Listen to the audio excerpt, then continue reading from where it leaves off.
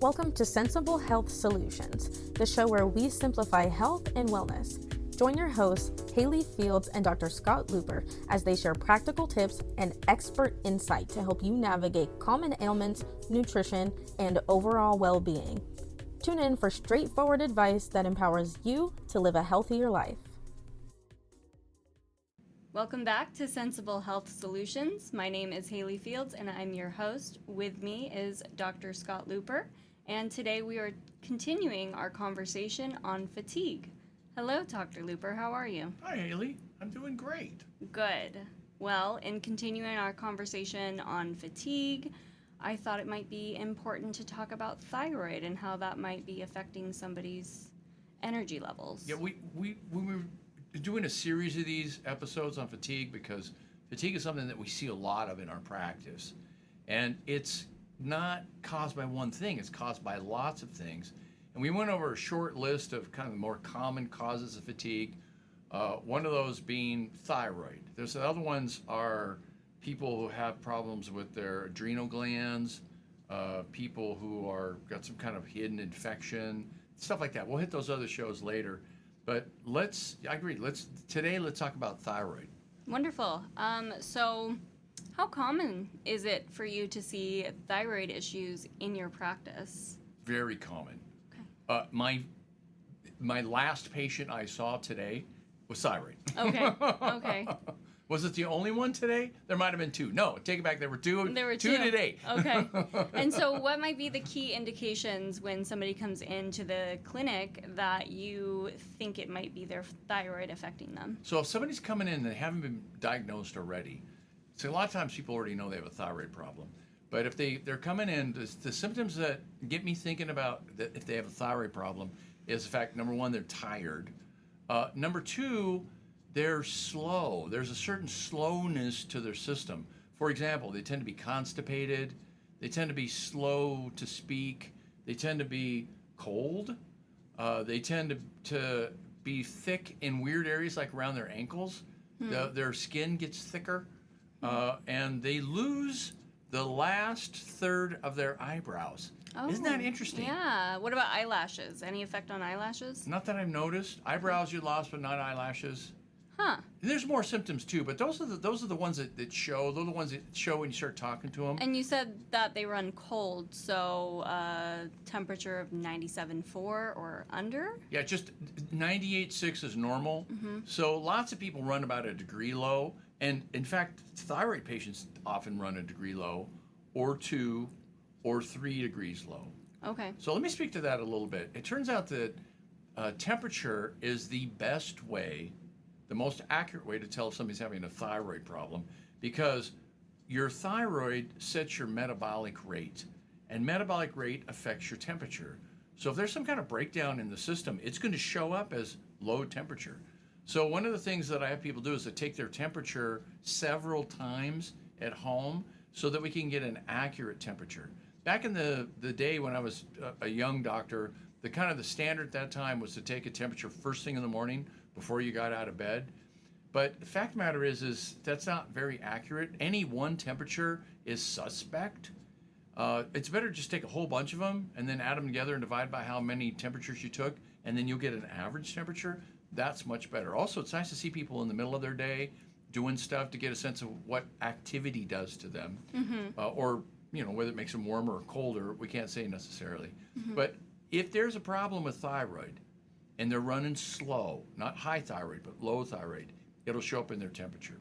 Now, there's blood tests for this as well, and the blood tests are super helpful, and I run the blood tests frequently, but the blood tests will go up and down for other reasons in kind of weird ways. They don't always follow the right pattern. There's what you learn in medical school, and then there's what is in reality, and they don't correlate to each other. So I'm always looking for what's real, and the temperature is what's real, and how people feel is what's real. And even though the lab tests might be perfectly normal, and then they feel tired and their temperature's low, I know they have a problem. In fact, this is an understood thing. They call it subclinical hypothyroidism, and it's real. And if you treat it, people get better. Their energy comes up. Now, not everybody has that. Most people who have low thyroid, when you do the lab tests, the lab tests come out they'll show whatever the problem is. So I know it's only a half-hour show. I don't necessarily want to go in too much into shop talk about these labs. Right. But we should at least talk about what labs I'm talking about. Yeah, maybe. Just mention them. Okay. Let me do just a little bit more than mention them. So, because a lot of times people have this problem and they're going to want to know a little bit more. So we'll do a little deeper dive on this one. The number one test to test for thyroid, particularly low thyroid, is known as a thyroid stimulating hormone, a TSH. And the TSH is the most accurate when it comes to measuring what the thyroid's doing.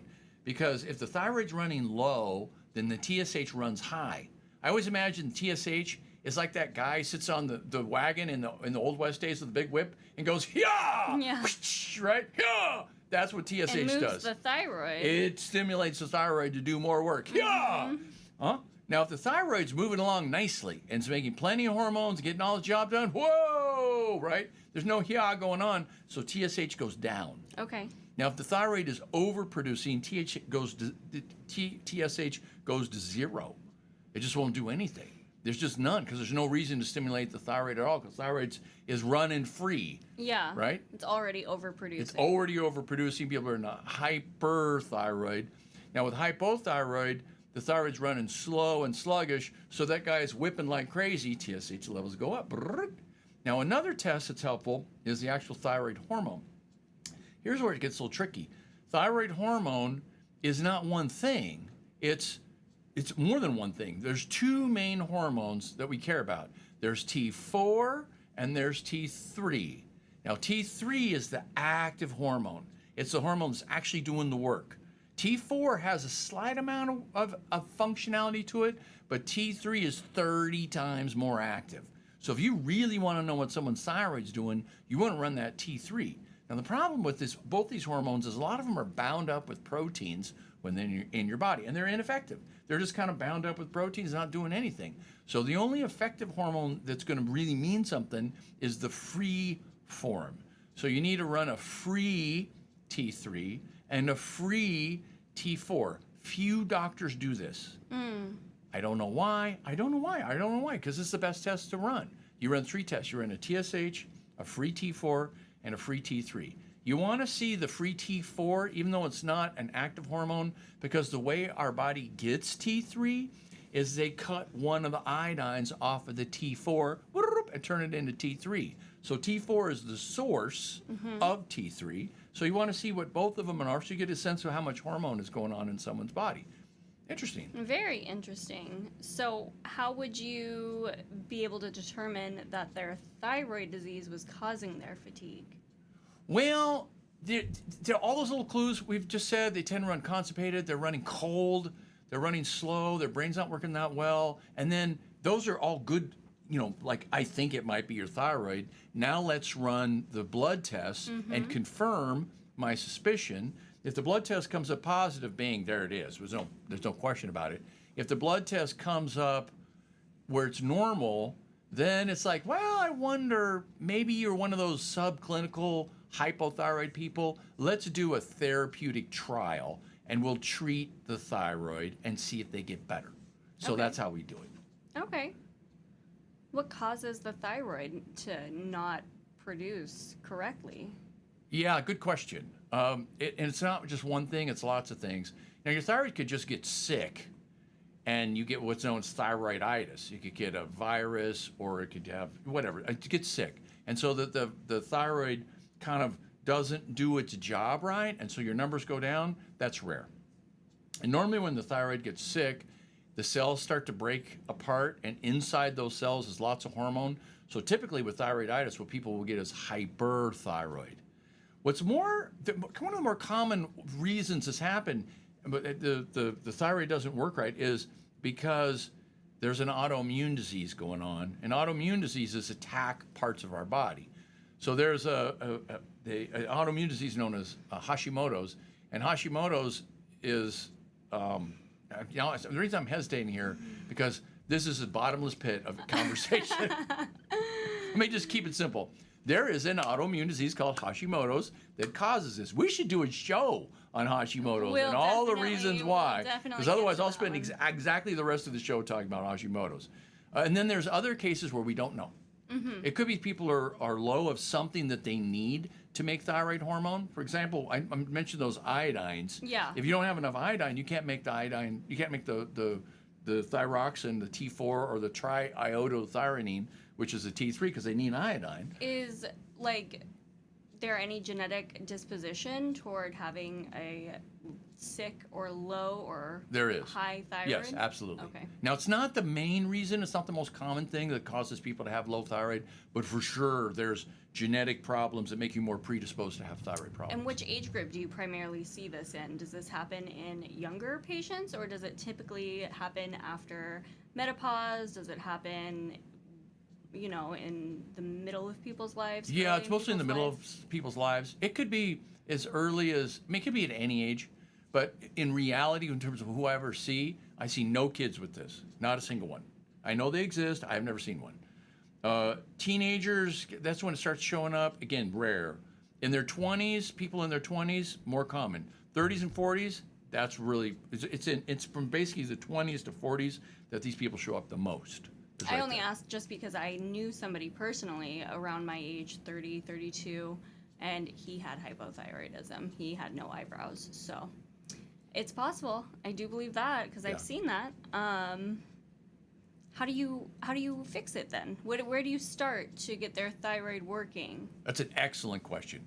Now, let me talk about what the standard is. The standard is you go to the doctor, they suspect you have thyroid disease, you get the test, they come out positive, and so what they do is they put you on hormone. The typical hormone they'll put you on is T4. Synthroid is the usual form of that. And for most people, what you'll do is you'll take the T4 in your body and you'll convert it into T3 and you'll be fine. Problem solved, we're good to go. Now, it's not the only thing to do, though. What you could do is you could supply the thyroid with the basic building blocks it needs to make thyroid hormone. You could stimulate the thyroid to make thyroid hormone. And I've done this lots of times, and I'd say about 35% of the time it'll work. And so what you could give them is tyrosine and iodine, and honestly, what really works better is just ground up thyroid gland. Because thyroid glands have all the stuff that thyroids need to be able to make thyroid hormone. And there's some herbs that are helpful with this, and a lot of times there's a formula that they'll just take all these things and just mix them together, and I have my patients take that. There's several on the market. Sure. Again, building blocks. You give people the basic building blocks, you just give it to them, and then you say good luck, and sometimes they'll just make thyroid hormone. They were just missing some ingredient in the formula, and broop, it comes on. What does the tyrosine have? How does that impact? It's what the thyroid hormone is made from. Okay. That's a building block. It's an amino acid. It's literally okay. that is what other things are hooked to. Sure. And then boop, there you got thyroid hormone. There you go. Okay. Okay. It's the chassis. Yes, got it. The connecting blocks of Right. the Then they put Legos. wheels on it and a Okay. steering wheel, and then it's good to go. You can drive it, right? Good. It's the chassis. So there's another part of this is if you can stimulate someone's need for a higher metabolism, it'll stimulate their thyroid. So would that be like taking metabolizing boosting supplements? Would No. that be increasing their temperature? Yes. Okay. That's how you know it worked if their temperature goes up. Now the question is, how do you increase their temperature? How do you ask their body to make more metabolism? Would you make them dress warmer? Would you have them stay in warmer environments? Like I know with patients we do hydrotherapy and sometimes you order them to sleep in wool sweaters. Is that something that you would do? Yeah, so let me show you with my hands. This is the temperature we want. This is the temperature they are. You'd think we want to get up here, so we're going to push them up. When you let go, you can put them in a hot tub. Yeah. And you cook them. Then you go, boo, they drop down lower. Yeah. Because of normal physiology. This is called homeostasis. Remember we did that intro show? Here it is. I told you it was going to come back, and it did. And it's here. Okay, now here they are, low temperature, and we want to get them up to here. What we do is we push it down, So we cool them. and they pop up. Okay. Isn't that interesting? Yeah. We push them down. It sounds crazy. They're too cold, and we're going to make them colder Will you expose them to cold Yes. more frequently and more deeply. and deeply? Not enough to freeze them. No. Freezing's not helpful. We're not trying to cause hypothermia, No, but no. like in our practice when we do hydrotherapy, it's the warm towel for 5 minutes, the cold towel for 10 minutes. Yeah. So we double the amount of cold exposure that we are providing hot exposure for. Yeah, we want to kind of shock them. If you can put cold on hard and fast and shock your system, your body will fight against the shock.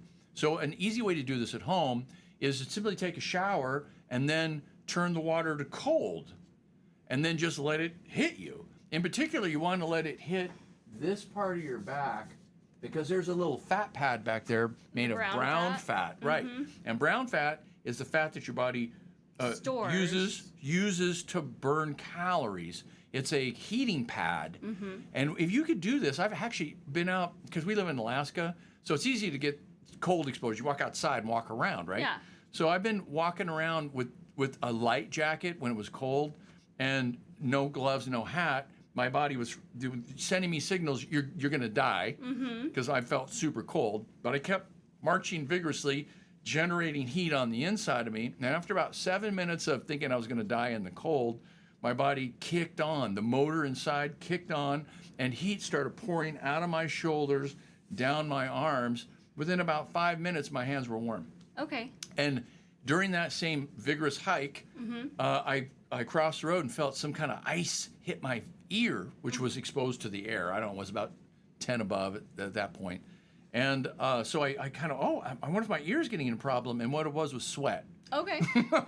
Coming down off my scalp and freezing on my ears. So I just wiped the sweat off and I was fine. So typically, how long do you put patients on this protocol of hot and cold therapy to then raise their body temperature? About a month. Okay. And then we'll know. Now, it doesn't always work. Sometimes people are broken enough that you cannot feed their thyroid and stimulate it to get enough juice out of it because they've had this disease or a broken thyroid for decades. If somebody's coming to me and they've had hypothyroidism for a year, I mean, the chance of them recovering is very high. That we usually turn around. I mean, it's easy. Let me just say that. But if somebody's come to me and they've had 15 years of hypothyroidism, and they've been on Thyroid or some kind of hormone replacement, the chances of getting them to turn is low.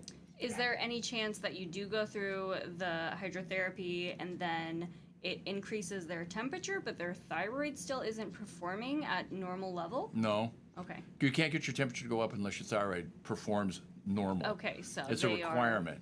Yeah. One from the other. Yeah. So there you are. So now there's other things you could do. Let me say, because we're doing this show for people so that they get informed about options. An option that's almost never given is this: can we just fix it? Yeah, by doing what I just said. Give folks the stuff they need to make the hormone. The building blocks. The building blocks, yes. And then stimulate it. Okay. So you put it into the beaker and you give it a shake, right? Yeah, the beaker is you. Yeah. And the shake is exposure to cold. And then there it is. Ha-ha, we're fixed. Now, if it doesn't work, there's other options than the Synthroid. Synthroid's lovely, it's fine, except for when it doesn't work. Here's the thing. There's lots of ways your thyroid can break down. One of the ways it can break down is the conversion of T4 into T3. Remember, you got to cut one of the iodines off. You got T3 now, and some people don't cut the right iodine off. They cut the wrong one off. Oh. And so it won't do its work. Now, what do you mean it cuts the wrong one off? No. This sounds horrible. This isn't. This is a superpower. Some people, if you give them enough stress, their bodies slow down. It's a survival mechanism. If you can slow your metabolism down, then you don't need to eat as much, and you can make it through the famine or the war or the whatever is going on. And back in the old days, there was a lot of that going on. Yeah, absolutely. So they survived and passed down those genetics. Yeah, thousands and hundreds of thousands and millions of people died of starvation, and so the ones that survived, just through random chance, had this mutation that allowed them to cut the wrong iodine off and get a slower metabolism. Not enough to kill you, but enough to slow you down. You know, like the Donner Party, when you got stuck in the snow and had to eat each other, and lots of them died. Well, the ones that could survive on less were the ones that survived. The ones that had high metabolisms, they couldn't survive. They were taken out. Now, we didn't have the testing back then to see who these people were and whether they had this trick, but it's likely that the ones that survived did have this trick. And when you look at populations in the world right now, the populations that historically have had died of starvation or been in famine, let's call it that way, they have had lots of famine. You think of like the Irish and their potato famine. Northern Europeans in general were having famines with fair regularity. American Indians, they got famine routinely because you couldn't find enough food. You look at those populations, then those populations have this ability to slow their metabolism down. Contrary to that, or in opposition to that, is you look at people who grew up in Africa or in tropical countries. So there's always something to eat. There's fruit on the trees or something. So those people don't have this ability. And so they can't pull this trick out. Now, if you go through a stressful time, let's say you're a student and you're studying real hard and you're taking tests, that's enough stress to do it. Or you got a new job and you're really struggling, that's enough stress to do it. Those people, that latent ability to slow their metabolism clicks on and boop, they go down. Their testing comes out normal, but they are actually hypothyroidism. Their temperature's cold, they have all the symptoms of it, and what they're doing is they're having a breakdown in the conversion of T4 into T3. They're cutting the wrong iodine off. They're making what's known as reverse T3, and there's a test for this. Good. You can actually check and see if somebody's got this. And then there's a treatment for fixing this, which is going to take 20 minutes for me to explain to you. Let me just say, keep it simple. There's a treatment for it, and it works. It's fabulous. I've done it lots of times. It's lovely to be able to get this thing to turn. Okay. I have a question, though. Go ahead. Are there any inflammatory markers that you assess in determining whether or not they have? Well, now we're getting into the Hashimoto story. Okay. If we go to in Hashimoto's, it's an autoimmune disease, so we're checking for autoimmunity. And what we want to do with that one is we want to find, first of all, do they have the antibody that's associated with the autoimmunity? There's a couple of them. There's one that's thyroid peroxidase, TPO, and there's another one, antithyroglobulin antibody. Those two together are pretty dang good markers for Hashimoto's. But the main thing about Hashimoto's is you got to heal their digestive system, because that's what's driving the whole autoimmune thing, is digestive breakdown. Very interesting subject, interesting process. I hope I piqued someone's interest who's watching, and then will stick with us, because at some point we're going to talk about what that is. Revisit that topic, definitely. What are some of the other autoimmune issues that do affect thyroid? Well, I don't want to say autoimmune issues. I'd say kind of general issues. If your body's really falling apart and you have some kind of disease, for example, I mean, we told you people have the ability to slow their metabolism based on stress. But stress is not just you studying for tests. Stress could be, I had pneumonia and I almost died, or I've been in the hospital and they did an operation. That's stressful. Yeah. Even though it's not mental stress, it's physical stress. Like a bout of antibiotics. Something like that. Or I was, building a treehouse and fell out of it. Like that. That'll do it too. Stuff like that. Those shocks to your system where you get an accident or an injury, sometimes that'll trigger it. Wow. Very interesting. Okay. Yeah. So once you figure out it's thyroid disease that is contributing to their fatigue, I know you mentioned we treat it with hydrotherapy, we treat it with supplements. What are other forms of treatment? So you can take, they're not supplements exactly, they're prescription treatments, but they're a mix of T4 and T3. They're probably the best way to go. The easiest, cheapest thing to do is just to take T4 that's manufactured and just have it converted into T3.